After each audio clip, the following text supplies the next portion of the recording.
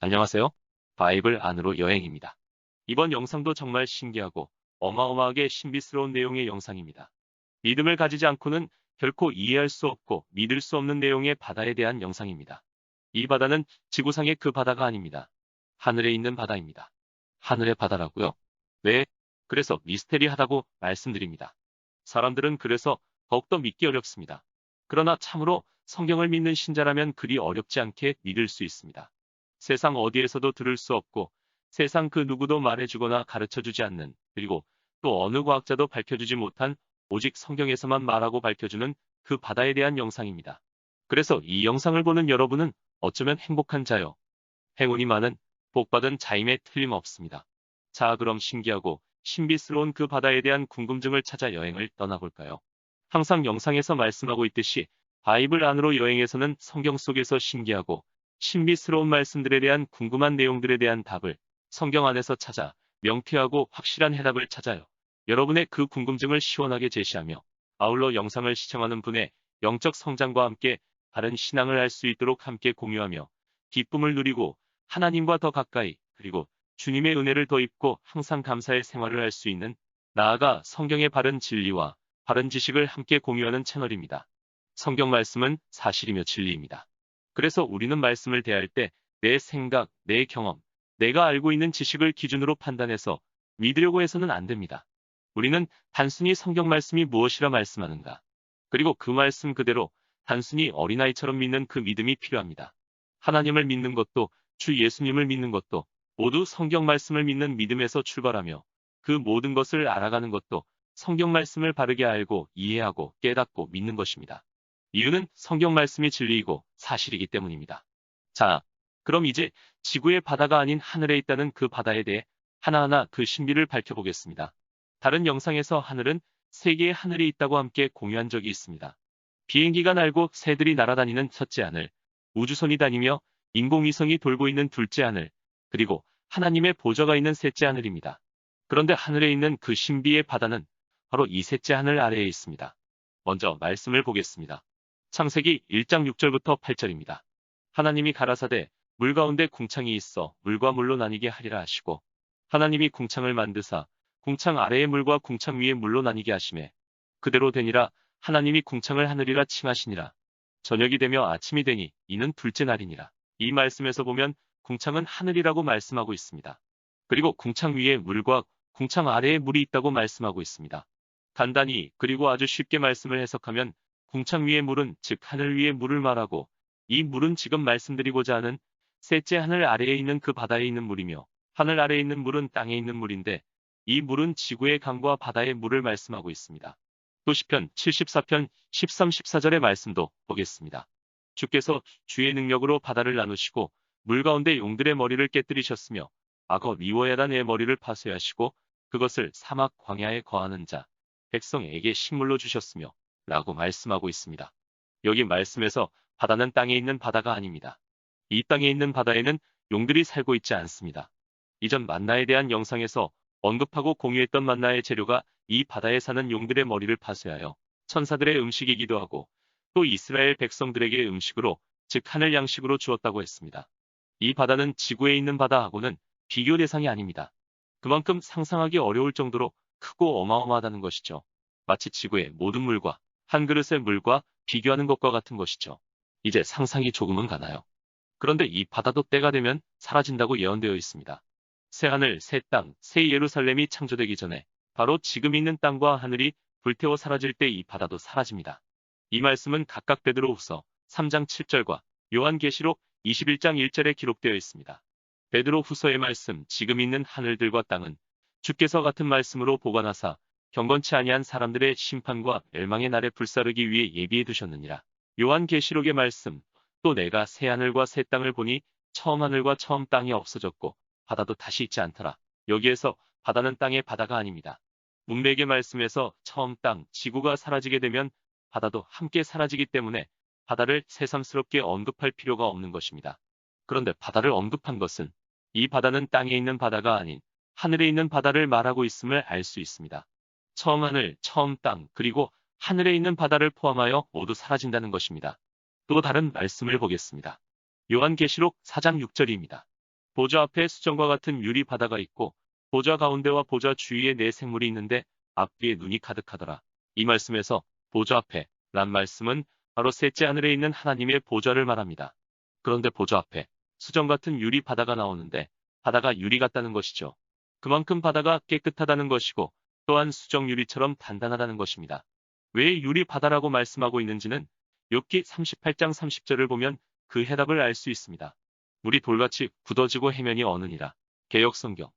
물들은 돌로 숨긴 것 같이 숨겨져 있고 깊음의 표면은 얼어 있느니라. 킹제임스 성경. 이 말씀에서 개역성경은 바다를 해면으로 그리고 물이 돌같이 굳어지고라고 하며 킹제임스 성경은 바다를 깊음으로 물들은 돌로 숨긴 것 같이 그 표면은 얼어 있다라고 말씀합니다. 약간의 번역의 차이는 있지만 바다의 물의 표면이 얼어 있기에 얼어 있는 물을 마치 단단한 수정 같은 유리 같다고 말씀하고 있습니다. 참으로 신기하고 신비하고 경이롭지 않습니까? 오, 할렐루야. 이런 말씀들이 성경 여기저기에 있습니다. 그 중에 하나만 더 언급하겠습니다. 역대기 하 4장 6절을 읽어보겠습니다. 또 물두멍 열을 만들어 다섯은 우편에 두고 다섯은 좌편에 두어 씻게 하였으며 그 바다는 제사장들의 씻기를 위한 것이더라. 여기 말씀을 보면 물두멍을 다르게 기록하고 있는데 바다라고 말씀하고 있습니다. 깊이 자세히 읽지 않으면 그냥 넘어갈 수도 있는데 왜 물두멍을 바다라고 했을까요? 그리고 이 물두멍에는 물이 들어 있습니다. 그래서 제사장들이 성막에서 일하면서 더러워진 손발을 씻게 합니다. 그런데 중요한 것은 이 물두멍이 놓여 있는 위치입니다. 출애굽기 30장 18절에 보면 너는 물두멍을 노스로 만들어 씻게 하되 그것을 회막과 단 사이에 두고 그 속에 물을 담으라. 개역성경.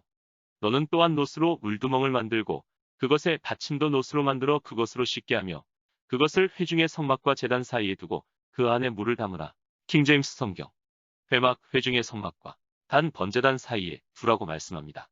우리가 알고 있듯이 회중의 성막은 곧 번제단이 있는 뜰이 있고 또 성막인 성소와 지성소로 구분되어 있습니다. 그런데 물두멍을 번제단과 성막 사이 그 위치에 두라고 말씀합니다. 이 말씀을 쉽게 영적으로 말씀드리면 번제단은 예수 그리스도의 십자가를 말하며 뜰은 십자가가 세워진 땅을 말합니다. 우리는 이 번제단, 즉 십자가를 통해 구원을 받습니다. 그리고 성소는 이스라엘 백성들 중, 즉 레위인 중에서 선정된 제사장들이 하나님의 일들을 하는 장소이며 현 시대 예수님의 십자가를 통하여 믿음으로 하나님의 은혜로 구원받은 사람은 이 시대의 영적 제사를 드리는 왕 같은 제사장이라고 사도 베드로는 베드로전서 2장 9절에서 다음과 같이 말씀하고 있습니다. 오직 너희는 택하신 족속이요 왕 같은 제사장들이요 거룩한 나라요 그의 소유된 백성이니 이 은혜 시대에 구원받은 하나님의 자녀들은 구약에 선정된 제사장들처럼 하나님의 일을 할 수 있습니다. 그리고 지성소는 하나님께서 거하시는 장소입니다.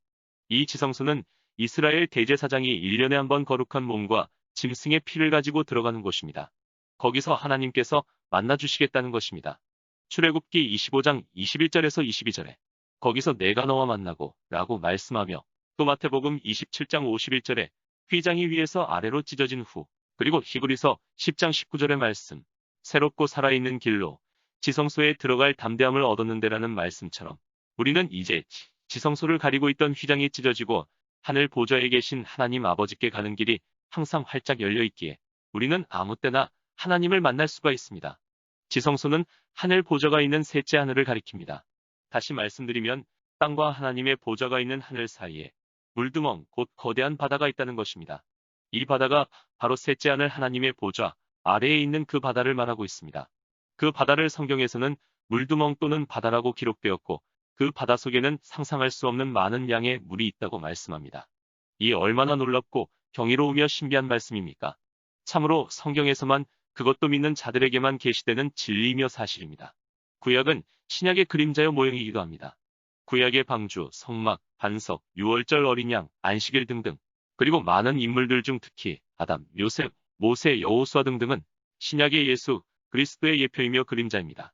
이런 관점에서 이스라엘 백성들이 이집트에서 유월절 어린 양의 피로 구원받고 출애굽기 12장에서 이집트를 탈출하여 홍해를 건넌 것을 두고 고린도전서 10장 1절에서 4절에 모두 바다를 지나며 침례를 받았다고 말씀합니다.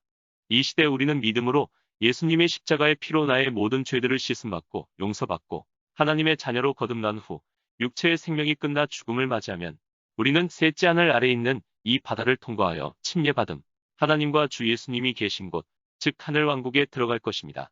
이것은 마치 이스라엘 백성이 구원받고 홍해를 통과하여 침례받은 것과 같습니다. 형제들아, 너희가 알지 못하기를 내가 원치 아니하노니 우리 조상들이 다 구름 아래 있고 바다 홍해 가운데로 지나며 모세에게 속하여 다 구름과 바다에서 세례 침례를 받고라고 말씀합니다.